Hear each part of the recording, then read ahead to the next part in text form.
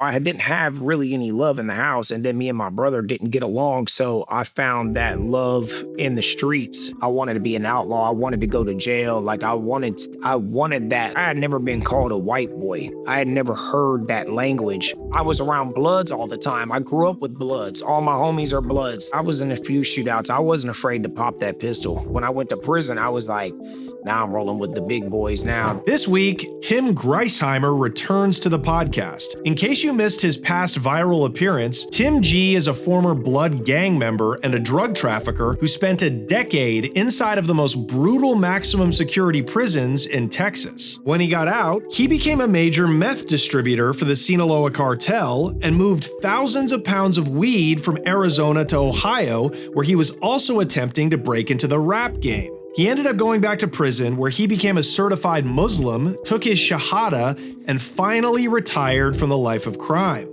This is the first interview of a 5-part mini-series we're doing about Tim's life, with brand new stories you haven't heard before. You can get the other episodes early and uncensored over at patreon.com/theconnectshow. Ladies and gentlemen, one of the most fascinating and requested guests we've ever had on this podcast, it's the great and powerful Tim Griesheimer, right here on The Connect with Johnny Mitchell.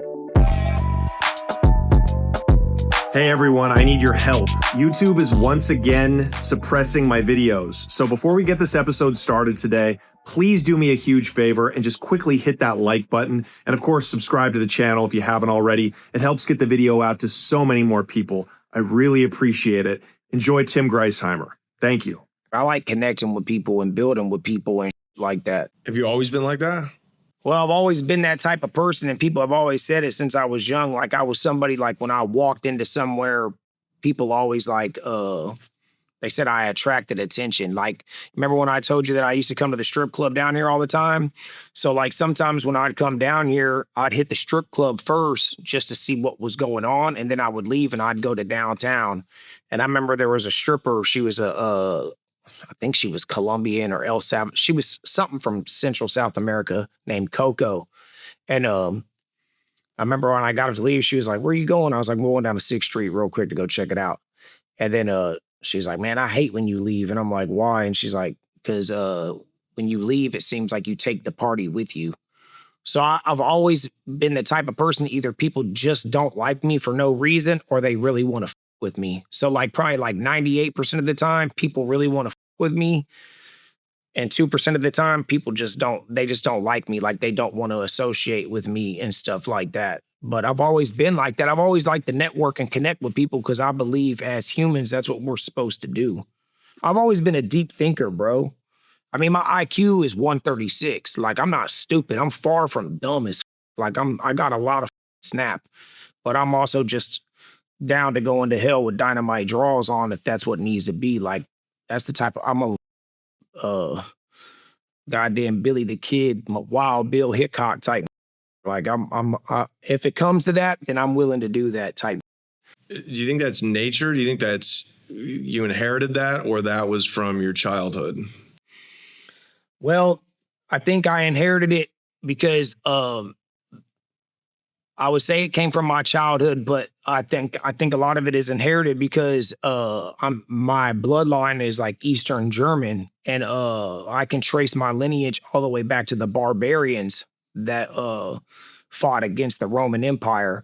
So I think that deep down warrior spirit of not wanting to be conquered or told what to do, I think I've always been defiant ever since I was a kid. You know, always. My mom even said that, like, if I showed you pictures of me as a little kid, I just have that, like, that look about me where I'm like, I'm willing to be defiant. Like, even when I had friends that were like good kids and I'd go to their house, their parents didn't like them hanging out with me because they said I had a look about them. But they liked when I came over because I was always very respectful and I cleaned up after myself and stuff like that. If they like fed me, I'd go wash dishes. But they just said there was a look about me that was defiant. But also, I think it was nature and nurture, right? Like nature as in it was in my genetics, my DNA, but nurture also growing up in Columbus, Ohio and Springfield, Ohio, where it's rough and rugged and and seeing that crime outside my house, I think it propelled me to lean towards it because I liked that outlaw mentality, like growing up watching like Young Guns or, any of the movies. I always rooted for the bad guys, like, and then seeing it outside, that outlaw mentality was what, it definitely attracted me. And plus, I think also like growing up in an abusive home, not using it as an excuse,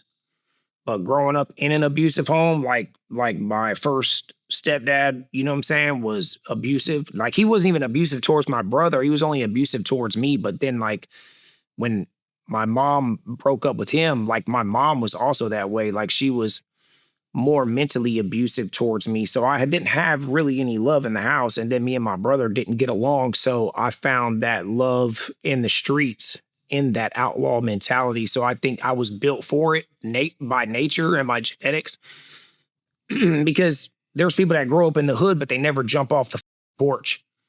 So you can be from the hood, but you didn't do hood shit. So you ain't hood. So shut up. But there's people that are from the hood and there's people that aren't even from the hood that can come to the hood and do hood shit because they're just built for it. And it was nature and nurture. I was built for it. That's just what it was. And the nurture part was the streets. And it just cultivated me to become more criminalized in that aspect. We used to refer to cats like you in the 90s as a wigger, right? Yeah. But coming from Ohio and the black neighborhood you grew up in, were you considered a wigger or were you just a guy from Ohio? Just a guy from Ohio. Yeah, it's normal. It's weird, bro, because like back in the day when I saw like when I grew up, like when I saw like the racial mixing, say like white chicks with black dudes or black dudes with white chicks, like I considered it normal, or white dudes who acted like me, I considered it normal. But now when I see it as an older person, like I just see it as people trying to be cool. Like how rap is like the dominant music. So okay, so I met white dudes who would be like, I ain't white, and they would use the N-word. I'm a such, I'm a, and it's like, I would look at them like, bro, you're not that, bro. You're white. Like I never acted like that. So like when people called me a wigger, like especially in prison, like my first term in prison, like I was that good old boy system you hear about in Texas. Like I was really subjugated to that. Like I was over and we'll get into that. But no, in Ohio, to answer your question, no, I was just a regular white dude. I was one of them. Did your black friends use the N-word? Did they let you throw that around? Okay, so when I was younger, coming up in the 90s in Ohio, like where I grew up at, black dudes did not use that word hardly ever. Now when I went back up there later on, yes, they did. But when I came down to Texas, Texas was actually the first time I had really heard black people use the N-word like that. And besides like hearing it in rap from like Cali or whatever, like in Ohio, when I was a kid, people used other words to show that type of like affection towards their friend. They didn't just throw the N-word around. Like that was kind of disrespectful at that time, terminology, at least where I grew up at. I can't speak for everywhere else, but where I grew up at, even the black dude at the time in the early 90s calling another black dude the N-word they considered it like disrespect. So I didn't really hear it thrown around that much, I should say. That's fascinating. So it's not like Cali. No, it wasn't. I mean, they use it so predominantly now. Now, when I came to Texas, it was different. The N-word was thrown around a lot. I picked it up and started using it. I still use it to this day. If I get on the phone right now, I call up one of my homeboys I grew up with. As soon as I answer, I can call him right now. When I pick up the phone, he's going to answer the phone. He's going to be like, "What's up?" And he's going to call me the N-word. And then I might talk regular for a second, but then after that, I kind of will fall back into that way of how we used to be, and I'll say it. But even when I was younger and I used to say it, if we were in groups, I was very conscientious that certain black people don't want to hear people that aren't black use that word. So I tried not to let it slip. Did you ever have to fight over it? Did anybody take it the wrong way ever and try to fade with you? Yeah. Yeah. A couple times. One time in Temple on the east side, we were down there and shooting dice and stuff like that. And I was just talking and I just kind of forgot where I was at because I stayed on the south side. So the east side and the south side kind of beefed, but we were over there because my homeboy had family over there. And I let it slip talking and had to fight behind it. We're actually, well, he's passed away now, but me and a guy fought behind it because he was like, white boy, what you doing? Woo. And I thought we was cool because we went to school together, but we weren't. And I got my ass whooped. Yeah, I got beat up. I got beat up pretty bad, but yeah, I got up. He hit hard. And Cedric, he hit hard as a. It seems like you weren't afraid to lose fights. No, because I always looked at it as long as I got out there, that's all that mattered. Like, as long as I got out there, that's all that mattered. So, I mean, but I wasn't stupid when I fought. Like, I would watch Bruce Lee or Chuck Norris or Jean-Claude Van Damme, Steven Seagal, the Rocky movies. And I would always shadow box a lot in the house. Like, I like to have friends, but I also like time by myself. So, like, I'd be in the backyard trying moves and stuff like that. And then, like, say me and my friends would hang out. Because I was so down to fight, we'd either go to apartments to play football, and then I would try those moves out. So I wanted to fight. Like, I wanted to be known for that, especially, like, even in Ohio or, like, well, in Texas, there wasn't too many white dudes hanging out with the people that I hung out with. So I wanted to be known as I was about that life. Like, I wanted to be known that I was hard.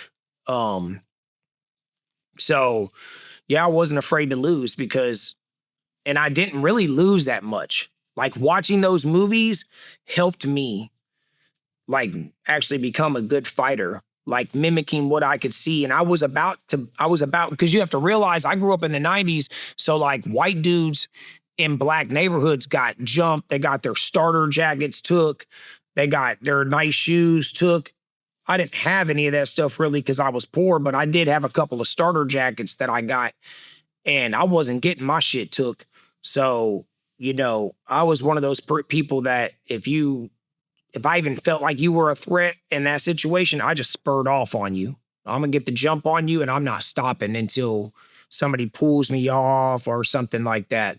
So, yeah, I wasn't afraid to lose because I felt that physical violence, if I was down to be physical, like that fear, you're going to be like, that's what predators look for. I didn't know this till later on, but that's what they look for weakness, bro. So if you're not weak, then they're like, I ain't gonna f with him. Like, it's not gonna happen. It's almost like you were preparing yourself for prison your whole childhood. I was, dude.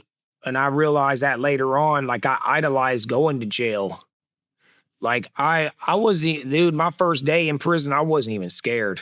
That's what was crazy. Like, I was scared, I guess. Obviously, I was fearful, but when I was a kid growing up, everybody was going to juvenile. Like, everybody was going to prison. Guys were coming home. And I never made the juvie step, but I always thought that was dope. And, like, guys coming home from prison. And then, like, I remember one day I came home from school in the 90s. And my old stepdad, he had, I think it was like a Time magazine or something, and it had John Gotti on the front of it. And then later on that night, we were watching the news, and we had like one of the old TVs, like the TVs with like the wood box frame television or whatever. And John Gotti had come out of court, and they were calling him like the Tap Dapper Don or something. And I remember I asked my stepdad, I was like, who is that? What is he? And he's like, he's a big mobster. And he's a big, criminal figure in New York. And I remember when I saw that, like, that just like captivated me. I wanted to be an outlaw. I wanted to go to jail. Like, I wanted that. So when I finally did go to jail when I was 17, I was more scared going in the county than I was going to prison. Cause when I went to prison, I was like, now I'm rolling with the big boys now. This is like a test. So I mean, I know I was scared, but deep down, I think it was something that I wanted, honestly. What age did you jump off the porch? Were you in Ohio when you Yeah. first started kind of rocking and rolling? Yeah. I mean, I started stealing when I was 8. Like we started stealing when we were 8. So, and then when I got a little bit older, there would be like dealers that would send us to go do like little licks and stuff for them, or we would hold dope for them because they would always say we wouldn't go to jail, we wouldn't get any trouble. So I was 8 when I started stealing, and I might have been like 10 or 11 when I would like be out on the block holding drugs and stuff like that. And then in Texas, like it was the same way. Like when I was 12, 13, like we were already hitting licks, getting guns. I was packing my first gun when I was 10 or 11. I remember it was like the little 22 or 25 that looked like the Berettas, like the little Berettas that had a little clip in it. I think it held like 5, and then you could hit the button in the middle and the middle barrel popped up and you could put a bullet right there and pop it down. I had one of them joints. I thought I was hard to bitch. Now, did you ever bust at anybody? Oh yeah, hell yeah. Yeah, for sure. All the time. I was wild with that pistol. Guaranteed. I got into a shootout right before the week I got locked up when I was 17. I had 2 pistols on me. I had that 38 snub nose I had told you about before in the first interview, and then I had like I think it was one of those German pistols. It was the weird shape, the old school like World War II pistols with the skinny nose. The weird funny handle. I had one of them joints, and this dude was chasing after us because he tried to rob me for a brick of weed. And I ran and jumped in the car. He started following after us. So my chick was driving, and then my fall partner was in the back seat. And I was like, cut back here to this neighborhood. And then when we came at like dead end, and it went up this way. And I was like, as soon as we start coming down the hill, stop the car and I'm gonna get out. And I remember I when she stopped the car. I've learned this later on. I mean, it probably still could have happened, but I like jumped out the car and I like busted the pistol sideways. Like that shit was cool.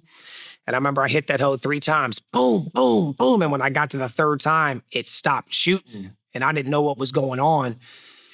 And then this dude just leaned out, like popped his driver door, and he just popped his hand over and he started thumping, poof, poof, poof. And I just dove back in her car. She had a Mustang, and I was like, take off. She had, I think it was like a 97 Mustang, a red one with the white rag top. So she took off, and I looked down at the pistol, and the shell was stuck in the slide. Mm. So I was in a few shootouts. I wasn't afraid to pop that pistol. Did you ever get hit? No. I only almost got shot one time, and that was in Ohio in 99. It was funny, crazy, right? Some blood dudes tried to shoot me. Yeah. It's ironic, huh? Because I was wearing my hat the wrong way. Because like I told you, like in Ohio, cocking your hat, like wearing your hat like this, like that still means something up there. And I stayed in a Crip neighborhood. So I was wearing my hat to respect the neighborhood that I was in. And I was coming home from school, but I had moved to California from 96 to 99. So when I came to Texas, when I went back to Ohio, I had lived around a bunch of Bloods in Cali. So I was rocking red Dickies or red Ben Davises with like the little monkey on them and shit like that. And Chuck Taylors, you get like 2 for $50 at the swap meet in South Central. And, that's when Chucks were cheap. But as soon as I got there and my real father picked me up from the plane, he was all like, you can't wear none of that shit. And I was like, what do you mean? He's like, nah, where I stay at, he's like, we gotta go get you new clothes. He's like, you ain't gonna make it a week. So I had my hat one way, and then my homeboy Mike was like, turn your hat. And as soon as I turned my hat, some blood dudes in a white Acura had pulled up at the cross street, and they looked at us and they just started shaking their head like that. And I was like, who the f are them fools? And he's like, oh, and he was a Crip, so he's all slob ass. Ooh. And Your dad was a Crip? No. My homeboy Mike was a Crip. Yeah, Italian Mike. That's what they called him. Little white dude, super stocky, not straight knockout power. He's all slob ass. And they pulled off. So the next day, bro, I'm walking home by myself. And when I get to that same crossroad, them dudes just so happened to pull there. And when I stopped and I looked at them, they're just shaking their head at me. And I was already making a name for myself on that block in East Terrace. It's called the Hilltop. The neighborhood's called the Hilltop in Westside Columbus, Ohio. You can look it up. And unless they've taken it down, there's like a train track that goes over, and you go over to the train track, and there's words that say Hilltop right there, like kind of like what the Hollywood sign, but not big like that, but it says Hilltop. And it's a straight rough and rugged neighborhood, bro. That the west side of Columbus, man, it's a different breed over there. So I saw them looking at me, but so I stop and I'm trying to let them pass me, and they're steady looking at me like this, and I'm like, man. So I start walking across the street, and then they just start letting the car roll. And as I'm walking, I'm kind of looking back like this, and I just see homeboy dip down. And as soon as he dipped down, I already knew what it was. I took off running, and he popped up. I don't know what he had, but it was definitely some type of a assault rifle, like one of those firearms, because he just started hitting that hoe. Foof, foof, foof, foof, foof. I think it was a chopper, bro, because that thing went through front and back windshield of the car, and it skinned over. Like I actually felt it come over the back of my neck when I cut through the car. Because in Cali, like where we got shot at in Cali, because I've been shot at Cali, when we ran, we would like zigzag. Like we had zigzag between cars and duck and dodge, like stuff like that. Like we wouldn't just run straight. If we did run, like in Cali, when I got shot at, when I would be on the block, if they came by and did a drive-by or something like that, a lot of people wouldn't even run. They would just drop to a knee. And they would always say, if you ran, that was like the worst way of getting shot. If just drop down, you got a better way. And they actually teach that, I think, in the Army too. Like people start shooting, just drop to a knee and assess where the problems are coming from. But to answer your question, yeah, I felt that bullet, or the wind of it, I guess you would say, come across the top of the back of my shoulder when I was trying to cut through a car. So you were already gangbanging before you came to Texas. Yeah, basically, yeah. And so B's and C's were a thing in Columbus in the 90s? Yeah. I think Crips had got there, if I'm not mistaken, from what I had been told, before Bloods did. But it was mainly was up there was like GD, Vice Lord, Four Corner Hustlers, like more of those like organizations. But Crips were up there when I was there. Like my block was a Crip and folk block. So they would like lock up C's, and then they would like turn the pitchforks up, because they had like a truce with each other, you could say that. And did you have interest in joining? Yeah, dude, this is what's crazy, right? So like I knew how to see walk and everything. So like when I wound up coming to prison here in Texas, I had told you about a buddy of mine that had saved me when the white dudes backdoored me. The dude named Slim, I said his cousin Ugly Buddy was. He was a rolling 60s Crip here from Austin. So when we were on the chain bus on the way over here, we were handcuffed to each other. So I was telling him all these stories, and then he just shook my hand playing around, because we're handcuffed like this. So when I went to shake his hand, we do the Crip handshake together, just me knowing it, like just kind of vibing with them type shit. So like, so I'm familiar with both worlds, right? Like, but in Texas, I was around Bloods all the time. I grew up with Bloods. All my homies are Bloods. Like, so that's how that. And then in Cali, you know what I'm saying, being around Denver Lane Bloods and shit in Pasadena.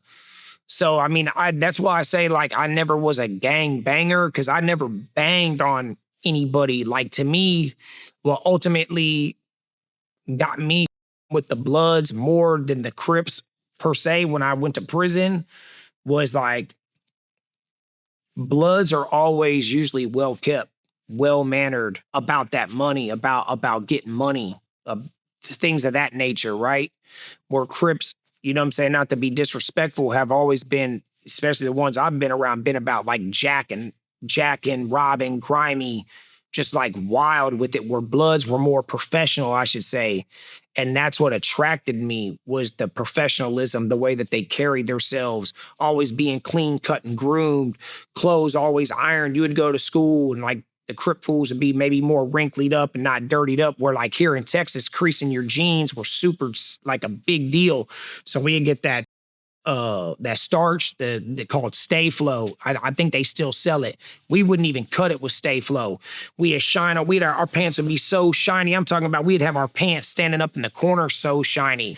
Clean tennis shoes, clean shoelaces, white, hair cut all the time. Like we weren't grimy. Like we were, it was more, so that attracted me. That, even though I was familiar with both and being around both and I knew history of both, I could have went either way with it, but just that professionalism and the way that they carried themselves was always like on point, and that's what attracted me that way. Today's episode is sponsored by Hims. I've talked about Hims ad nauseum, and I will continue to do so because it is my favorite company and my favorite product on earth. Here's the deal, boys.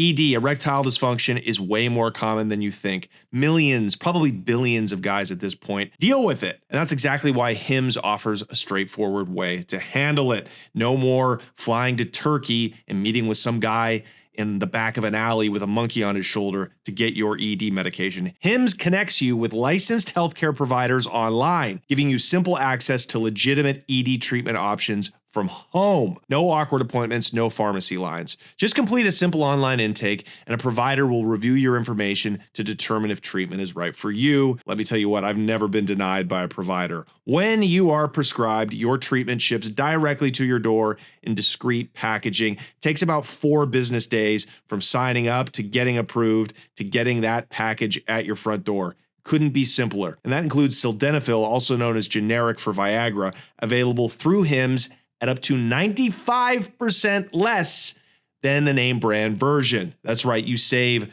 tons of money this way. And if that option isn't right for you, there are additional treatment options available so you can find what works best for your body. It's straightforward, transparent, and designed to make getting care feel easy. To get simple online access to personalized, affordable care, not just for erectile dysfunction, but for hair loss, weight loss, and so much more, visit hims.com/connect. That's hims.com/CONNECT for your free online visit. hims.com/connect. Prescription is required. See website for details and important safety information. Sildenafil is the generic version of Viagra. Viagra is a registered trademark of Viatris Specialty LLC. Hims is not affiliated with or endorsed by Viatris. Do you think if you had stayed on the street and not caught your first case, do you think you would have joined the Bloods, like out in the world? I mean, I was already down with them because I was with them. So like Temple, like gang banging isn't like gang banging, like what you would see maybe in like Cali or like, it's not really more so about initiation. Like you can get jumped in or something, but like the Bloods that like I grew up around, like me just being with them, the way we hit licks together, we did dirt together, we sold drugs together, we ate together. They could come to my mom's house. Like I could call my mom right now and put her on the phone and I could be like, hey, you remember Trey? Woo. She'd be like, how are they? Like they came and slept at our house. I slept at their house. Like my mom considered them their kids. If we had Thanksgiving dinner because everybody was broke, she'd be like, hey, tell your friends to come over here and let's eat. We didn't have much. You know what I'm saying? Like, but so I was already in, we already locked up with each other. Like now we didn't go and try to find Crips and ride on them.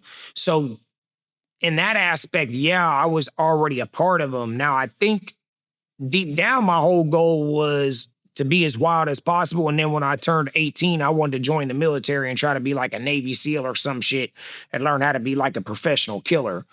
That was, in my mind, that was my whole goal. Like I wanted to go to the Army or the Marines and go to combat. Like that was my whole ideology was either like, that's just what it was, man. I deep down, I thought when I turned 18, I'm gonna get in all this trouble. When I turn 18, I'm gonna join the Marines or join the Army.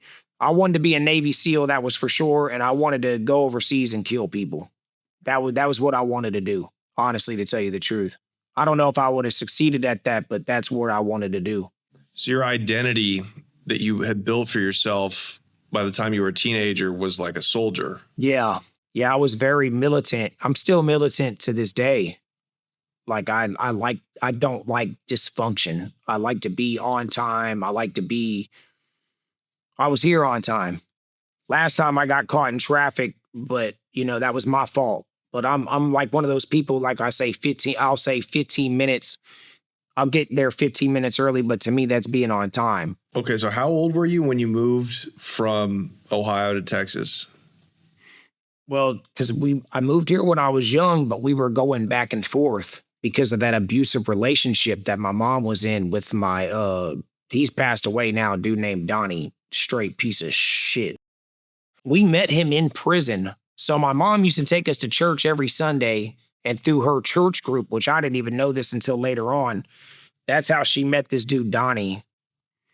And we went to go visit him in prison. It was like that prison looked like an old castle. And I remember he whooped my ass the first day I met him in prison because I sat under the table because he just looked evil, man. Like he just looked up, dude. And I'm one of those people, like, I can just sense when somebody's not a good person, bro. Like I can feel it. Like I'm very good at seeing very far down the field. Like I can pick plays. Like I can just tell somebody, hey man, this is that. I'm telling you, this is gonna happen. And usually I'm like spot on. And I guess he didn't like me because like my brother immediately when he came home was like calling him dad because my brother's real dad didn't with him. Like he signed his rights away. And he was like, you're gonna call me dad? And I was like, I'm not calling you dad. So like say like I'd be in the bedroom like playing with my G.I. Joes and shit, right? Like I'd set up little forts and shit, or I'd be outside doing it. This would just come in and just start strangling me. Like start strangling the out of me. And this fool was a brick mason. He laid concrete. Bro, his hands were so tough. He didn't need a belt. That dude didn't need no belt. When he hit you, that dude didn't need no belt. Like he was in prison for beating a cab driver. You remember with the old police nightsticks, the long ones, like the 90s, they used to hang in their belts? He beat a cab driver, damn near killed him with one of those nightsticks. Like, and he was a cocaine junkie. I didn't know this. But yeah, dude, he used to just choke me for no reason. My mom didn't believe me. Like, it was regular abuse by that dude. Like I'm talking about pick me up in the air and choke me until I'm about to pass out, let me go, and then do it again. Just like wild shit come in, just starts just hitting me all over my body with like his open hands. I remember he would take me or my brother, or sometimes me and my brother on jobs with him.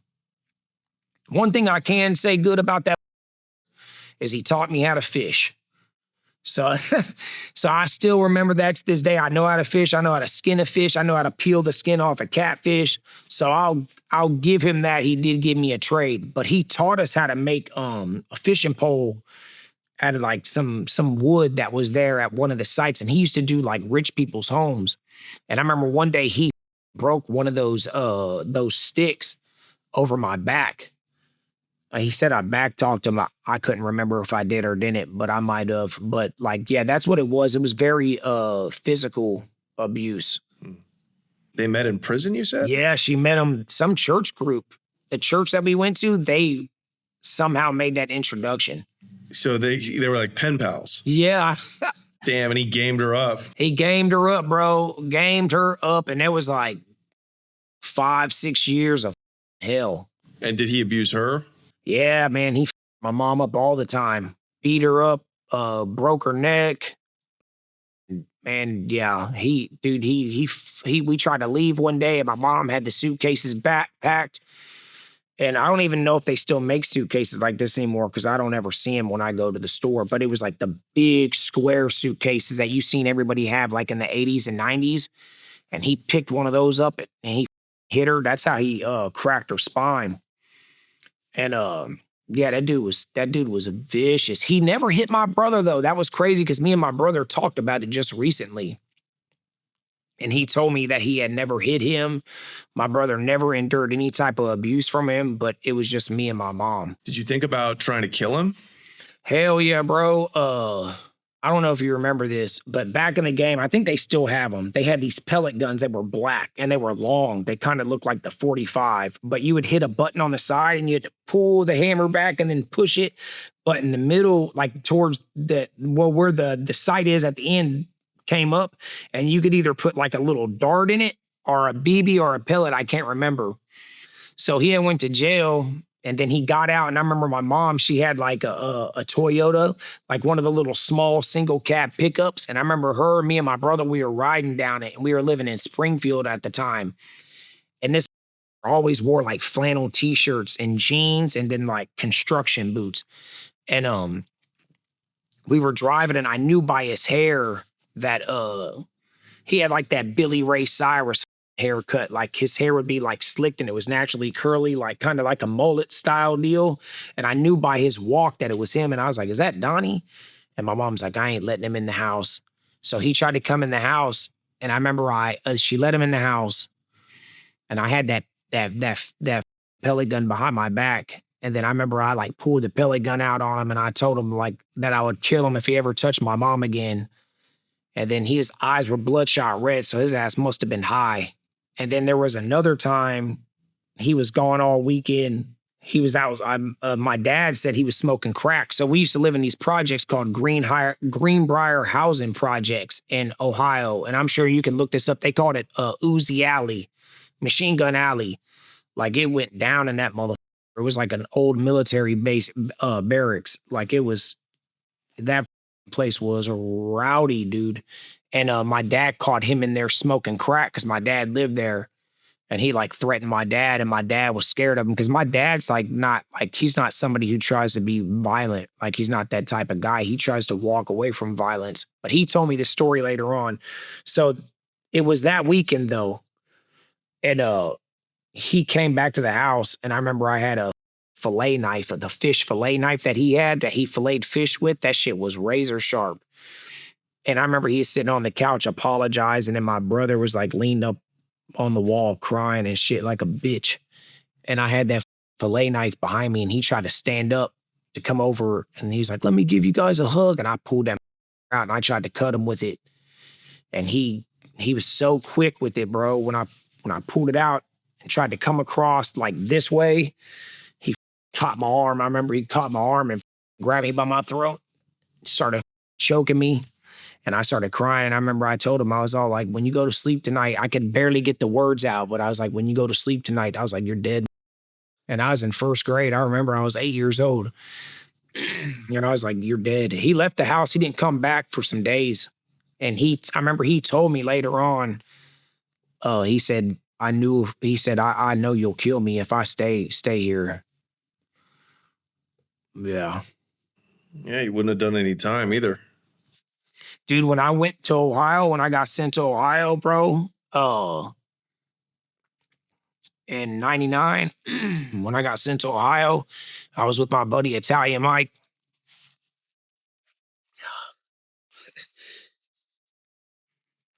I thought I saw that fool. I remember I had a Glock 17 on me.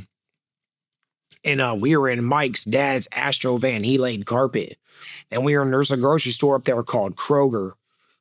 No, it's a grocery store called Big Bear. We were in Big Bear. I don't know if it's still there, but they used to have a grocery store up there called Big Bear. And there's a movie that Julia Roberts played in, I think in the 90s, called Sleeping with the Enemy. I don't know if you've ever heard of it. That actor, that psychopath in that movie, that's what Donnie looked like. Spitting image of that. And I remember when we were in the Big Bear, my buddy Mike said my name. He's like, look how Tim and that dude looked at me. And I looked at him. And we just locked in, and I was like, this is that. I was like, this is him. So when we get in the car, I told Mike, I was all like, hey bro, and I had two bandanas on me, and I tied one around the top of my head, but like pulled it down, and I tied the other one like up, so like only this part of my face was showing. And he's like, what you doing, fool? I said, you remember that white boy in the liquor aisle? And he's like, yeah. Because we had went and got this fifth. I don't even know if they still make this shit. It's called Aftershock. I think it's called Aftershock. And you know what I'm talking about? Remember that shit, yeah. Yeah, so we had got that in some OJ. And because in Ohio in the grocery stores, they like sell liquor and shit, or they used to. So we had that in some OJ. And I was like, you remember that white boy? He's like, yeah. I was like, I'm about to smoke this. And he's like, what? I said, that's the they used to beat my mom. And we just kept circling the parking lot. I don't know if we missed him or what, but he never came out. But if I would have saw him that day, he would have came out that store, I don't know what happened. His ass was grass, dog. I was gonna murder that fool. Like, I still get angry when I think about that dude, like a deep-seated anger. Do you have any resentment towards your mom for staying with him, for getting into that relationship in the first place? I think that I did for a long time, but I dealt with that. Like, I think she was just... Women are weak like that, man. Like, you're a single mom, 2 kids. Like, you know, she's trying her best. She grew up in an abusive household. Her dad, my grandfather, was a drunk and was abusive. He used to like whoop them with bullwhips. He knew in Kentucky. He knew how to hit them. He knew how to whoop my mom and her brothers with bullwhips to where he could not split their skin open. So he could whoop them where it would just pop them and welt them really good. That's how beast this fool was with the bullwhip. And he was a crazy too, Fred. Yeah, he was a mean son of a bitch. So I think and he used to beat her mom all the time. My grandmother, who I never met because she died of cancer. So I think when you grow up like that, if you don't deal with it, you don't know how to pass it down, maybe. I don't know, because me growing up like that, bro, being abused, even my mom used to abuse me too, mentally, and she would hit me sometimes. She's blocked it out. Like, we've talked about it. She doesn't even remember it. But I know she called my brother, and she asked him, she said, your brother said that I did this and did that. And my brother got quiet, and she said, please tell me he's lying. And my brother said that he told her, you want to know the truth, or do you want me to tell you he's lying? And he said that she hung up the phone on him. So she has like totally blocked that out. But for me, growing up abused like that, now that I have 2 kids, like even without my 2 kids, bro, I've never wanted to hurt children. Like, anytime I've ever been around children, like, children and old people, dog, like, that's not something. But did I hold it against her? I think I did for a long time. But as I matured mentally, I think that she was just a weak lady and probably trying to do the best that she could for 2 kids, you know? That's what I think, yeah. And so why did she come to Texas? Why was she coming to Texas? Because her dad was here. Her dad was here and her brother was here. And she came here, but we went back and forth. And then she sent us to California as kids to live with my aunt out there for a little while. And then we came back. So it was a lot of moving around, dude, like a lot of unstableness for sure. Yeah. So you got to Temple, Texas, about 45 minutes outside of Austin when you're a teenager, roughly. Yeah. And that was where you kind of became a man. Yeah. What was the starkest difference when you got to Texas versus Ohio in terms of the racial element and the gangbanging in the streets? Well, where in Ohio, if I went outside and I was new in the neighborhood around, like, say, like some black kids, it could be black and white. Like, they might treat you different because you're just new until they figure out who you are. Whereas but you eventually know they're probably going to play with you and hang out with you, right? But when I came to Texas, there wasn't really that many white people where I was at. There was, but it was more like, they more were maybe like, say, the Callio blocks where I lived at, right on the south side. There was white people in that area, but they more so might have hung out over here. And the blacks were all over here, and they ran this area. They still run that area to this day. So, like, me, because, like I grew up around white people that were like, I guess, fly like me. So like when I saw like the regular white dudes, I didn't really attract to that because I attracted to the black dudes, like how they were. So like I try to like make friends with them, but they were like, who the is this white boy? Don't be bringing this little white boy over there. Like they'd be out there selling crack. And I'd go over there, like my buddy that brought me around and Ray, and his name's Ray, and they were like, man, you got that white boy over here. Don't be bringing that white boy over here. I had never heard that shit before. Like I had never been called a white boy. Like I had never heard that language. So like the racial demographics were definitely like, you're not being accepted here. And that took me like even I had said that story before to you, like when I was in Ray and them's house and his mom came home, she saw me sitting on the couch and she just like looked at me like I was shit. And she went in the bedroom. I remember she called him back. She's like, Radrian, come here. And he's like, Bob, what's up, Mama? She's like, who's that white boy sitting on my couch? I just got up and walked out and went and sat on the stairs. And then he wanted to come in. He's like, why'd you leave? And I was like, man, your mama called me a white boy. He's like, oh man, this is Texas, bro. It's different down here. Like, you trying to hang out with us, but it's not like that down here. Like, we don't, you know, white people and black people, it's just different. We don't like mix like that here. And Temple was still kind of segregated like that. Like in the rich neighborhoods, it was predominantly white. You might see a few Hispanics and you see a few blacks. But what I can say that I remember a lot of the times because we did make friends with people who lived in those neighborhoods like Canyon Creek, Northwestern Hills and shit like that. Like a lot of those at that time when I was a kid, those blacks or Hispanics that lived in those neighborhoods, like their dads were either cops, like Temple PD, or they worked at the hospital. So they were educated, like, you know, they were school people. They were different. They weren't the same as us. So there was definitely a racial borders where if you would go to a rich neighborhood in Ohio, you would see rich white and black people. Like it would be, you know, you understand what I'm saying? Like it was nothing to see a rich black person in Dublin, Ohio, like in Dublin and Columbus. Like you didn't think any different, right? So like in Temple, you could definitely see the difference. And like I even told you, I went to the corner store and there was a country white dude in there. He's like, what do you say? Something, what you doing, boy? And I'm like, boy.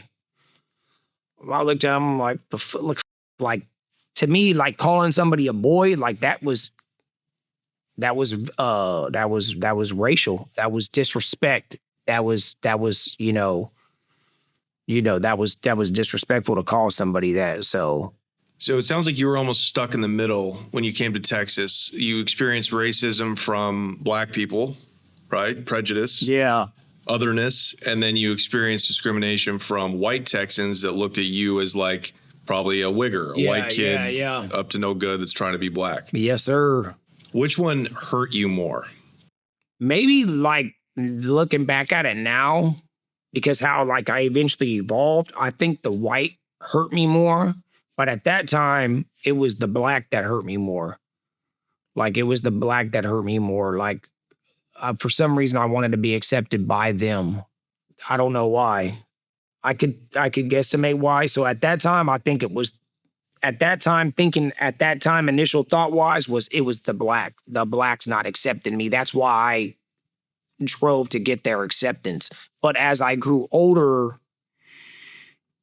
I believe that it was probably really the whites. Because as I got older, when I was out selling dope and I hung out with people that didn't sell drugs, like even a good friend of mine today, my homeboy, black dude, played football for UMHB. He's a life coach, bodybuilder.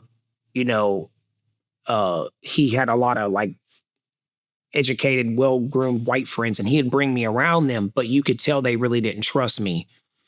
And it hurt me that not one of my own, as far as like a Caucasian person, didn't. And I think that's when I started gaining like racial awareness. So I believe back then it was white, but on the surface, being a young kid, it was black. And that's why I wanted to gain their acceptance. Right. And when you went to prison for the first time, same story. You were trying to gain their acceptance. I was trying to gain their acceptance, yeah. I went down for burglaries, for six burglaries that they got me for. And yeah, went to prison. And then I think because I burglarized that sheriff, I think that's why I went to Terrell Unit, which is now called Pulaski, where death row is. And bro, like, so back then, so commissary now, like you can do a 95, it's a 95 spin. So you can spend up to $95 every 2 weeks. But back then when I went, it was a 75. So they had this thing called fight or bust a 75. So bro, I remember when I got picked up to go to prison, we drove by Temple High School and I'm on the bus and then motherfuckers all talking, yeah, well, whatever, like it ain't shit. And I'm sitting in there in a too small jumpsuit that's high waters all up my ass and shit. And I'm sitting there handcuffed to this other. And I remember we were driving by Temple High School and I'm looking at the high school and kids are getting off and going to high school. And I'm 17. That's where I'm supposed to be at. And for some reason, that song, Lean On Me, came into my mind. And I just, like, it was just playing in my head. And I'm just looking out the window and I just kind of rested my head on the window. And I was like, what I do to myself? Like, it was kind of like that awareness of like, man, I'm going, like, I could see the dynamics between the two lives, right? Like they're going to school. They don't even know I'm on a prison bus driving past them. My friends are there and I'm on a prison bus going to prison. So by the time we get to the prison, I had never heard of this prison before. And then like, I remember when I told you that guard was like, he was asking everybody, where are you going, man? Where are you going? So I tell him I'm going to Terrell Unit. He's all like, man, you better get you a knife. So I was on this transfer unit called Goree, and it's only 2 stories. And it used to be like there was women on the other side. I don't know if it's still like that, but they have to roll the bars and let you out and all that old type of shit. So I remember when I was coming down the stairs on one row, there was a black dude. He was blue black. He would always stare at me, big. And I was just like, I would always think, man, when I get to the real joint, I'm gonna have to fight somebody like that. Like, I remember when that white dude asked me that and I started walking, he was like walking behind me, man, this sucks, just going to Terrell Unit. Oh shit.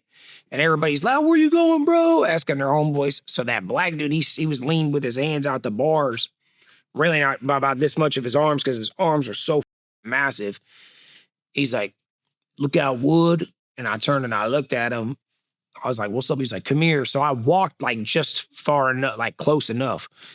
And he's all like, where you going? I was like, Terrell Unit. And he just dropped his head like that. And he's like, man, when you get there, don't listen to none of these. Don't hit the first person you see. He's like, but bro, you need to get you a knife. He's like, because they're doing nothing but killing over there. He's like, it ain't like the Red Bricks where it's a bunch of fighting.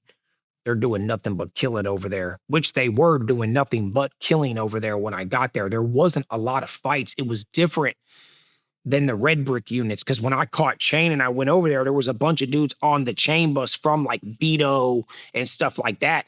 And they thought that they were going to come to Terrell Unit and like start running the show because they come from these Rock and Darringtons and they fight all the time. But at that time over there, it wasn't a bunch of fighting. Like you couldn't just go and start thumping on somebody. There was a whole different level of respect there.